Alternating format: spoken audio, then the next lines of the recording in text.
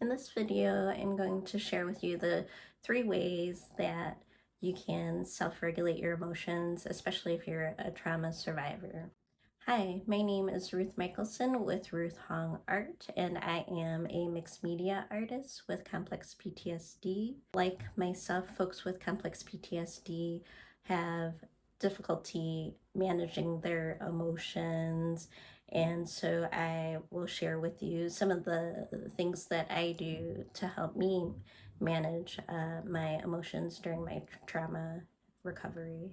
The first way you can self-regulate your emotions is to acknowledge your feelings. Your emotions are a signal. It's trying to tell you something. The fact that you're having an emotional response to a trigger indicates that your mind and body is trying to keep you safe. So some triggers could be startling sounds, or it could be a shift in tone in somebody's voice. You could feel irritable, you could feel panicked, you could feel scared.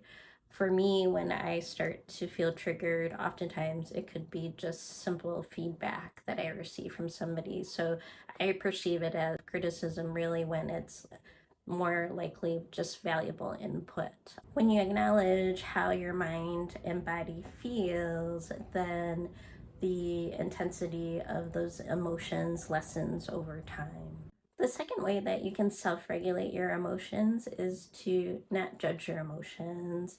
I know that seems obvious, but is much more difficult to do, especially if you're used to feeling guilty and shameful when these emotions creep up because you're either triggered by a situation or have a particular feeling that you thought that you overcame. And it's important to remember to give that same grace that you give to others to yourself. And as you continue to have less self-judgment, your self-talk will flourish. And then over time, with practice, will you then start to tolerate a lot of those emotions, and they'll be a lot less taxing. The third way to self-regulate your emotions is to find time to pause and take back that energy and push it towards activities and routines that help you get grounded. For me, that could be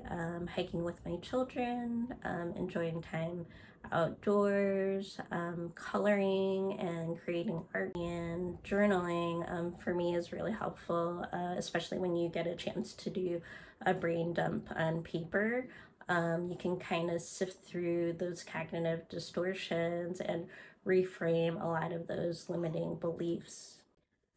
So those are the 3 ways that you can self-regulate your emotions, especially if you're a trauma survivor or someone with complex PTSD. As I mentioned, I like to color, so there are a lot of coloring videos in my YouTube channel, so check it out.